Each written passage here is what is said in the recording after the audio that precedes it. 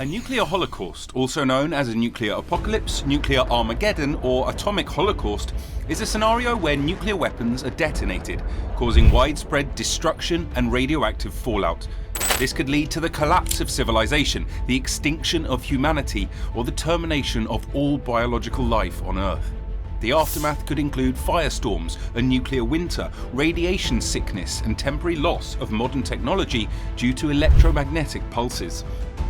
Some scientists, like Alan Robock, suggest that a thermonuclear war could result in the end of modern civilization due to a long-lasting nuclear winter. Early Cold War era studies suggested billions of humans would survive the immediate effects of nuclear blasts and radiation. The International Physicians for the Prevention of Nuclear War believe that nuclear war could indirectly contribute to human extinction through secondary effects, including environmental consequences, societal breakdown, and economic collapse. The threat of a nuclear holocaust is significant in the popular perception of nuclear weapons, survivalism, and literature and film, particularly in speculative genres like science fiction, dystopian, and post-apocalyptic fiction. Scholars have long believed that a global thermonuclear war with Cold War-era stockpiles, or smaller stockpiles, may lead to human extinction. This position was reinforced when nuclear winter was first conceptualized and modeled in 1983. However, models from the past decade consider total extinction very unlikely and suggest parts of the world would remain habitable. Technically, the risk may not be zero, as the climatic effects of nuclear war are uncertain and could theoretically be larger than current models suggest. There could also be indirect risks, such as a societal collapse following nuclear war that makes humanity more vulnerable to other existential threats. A related area of inquiry is whether a future nuclear arms race might lead to larger stockpiles or more dangerous nuclear weapons than existed at the height of the Cold War.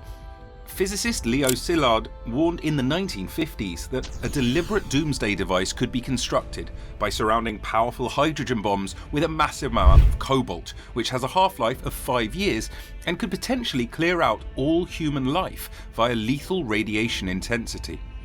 The main motivation for building a cobalt bomb in this scenario is its reduced expense compared to the arsenals possessed by superpowers, and the system for triggering it might have to be completely automated for the deterrent to be effective.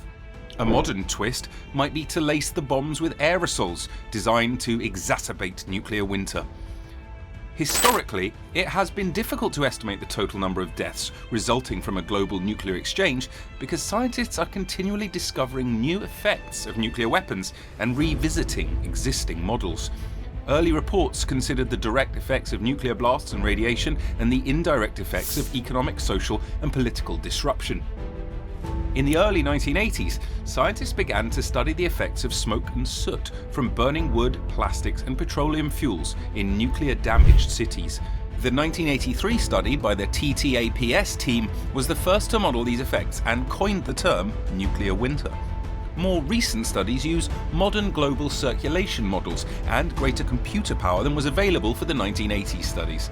A 2007 study examined the consequences of a global nuclear war involving moderate to large portions of the current global arsenal. The study found cooling by 12 to 20 degrees Celsius in core farming regions of the US, Europe, Russia, and China, and as much as 35 degrees in parts of Russia for the first 2 summer growing seasons. The changes were longer lasting than previously thought, as their new model better represented entry of soot aerosols in the upper stratosphere, where precipitation does not occur. Global cooling caused a weakening of the global hydrological cycle, reducing global precipitation by about 45%. In contrast to global nuclear conflicts, studies have shown that even small-scale regional nuclear conflicts could disrupt the global climate for a decade or more. In a regional nuclear conflict scenario, researchers estimated that 5 million tons of soot would be released, causing a cooling of several degrees over large areas of North America and Eurasia, including most grain-growing regions. This cooling would last for years and could be catastrophic. Additionally, the analysis showed a 10% drop in average global precipitation, with the largest losses in the low latitudes due to the failure of monsoons. Regional nuclear conflicts could also inflict significant damage to the ozone layer. A 2008 study found that a regional nuclear weapons exchange could create a near-global ozone hole, triggering human health problems and impacting agriculture for at least a decade. Nuclear winter, a potential disaster, is expected to result in global famine, a form of mass starvation caused by disrupted agricultural production and distribution. The International Physicians for the Prevention of Nuclear War, IPPNW, has expressed concerns that over 2 billion people, a third of the world's population, could be at risk of starvation in the event of a nuclear exchange between India and Pakistan, or the use of nuclear arms held by America and Russia.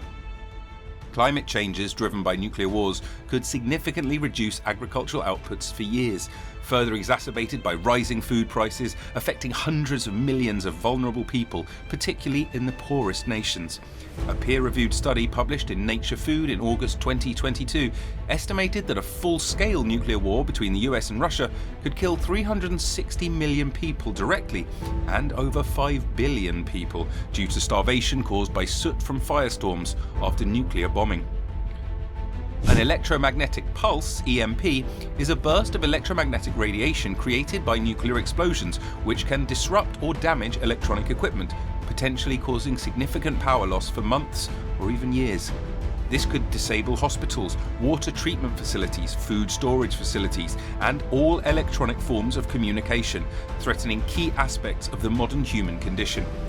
The US House of Representatives considered the Secure High Voltage Infrastructure for Electricity from Lethal Damage Act in 2013, which would provide surge protection for 300 large transformers. The European Union, particularly the United Kingdom, has also studied the issue of protecting civilian infrastructure from EMP. James Woolsey and the EMP Commission have suggested that an EMP is the most significant threat to the US, but the risk of an EMP through solar or atmospheric activity or enemy attack has been suggested to be overblown.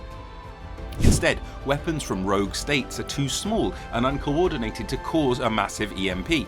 Underground infrastructure is sufficiently protected, and continuous solar observatories like SOHO can provide enough warning time to protect surface transformers in case of a devastating solar storm.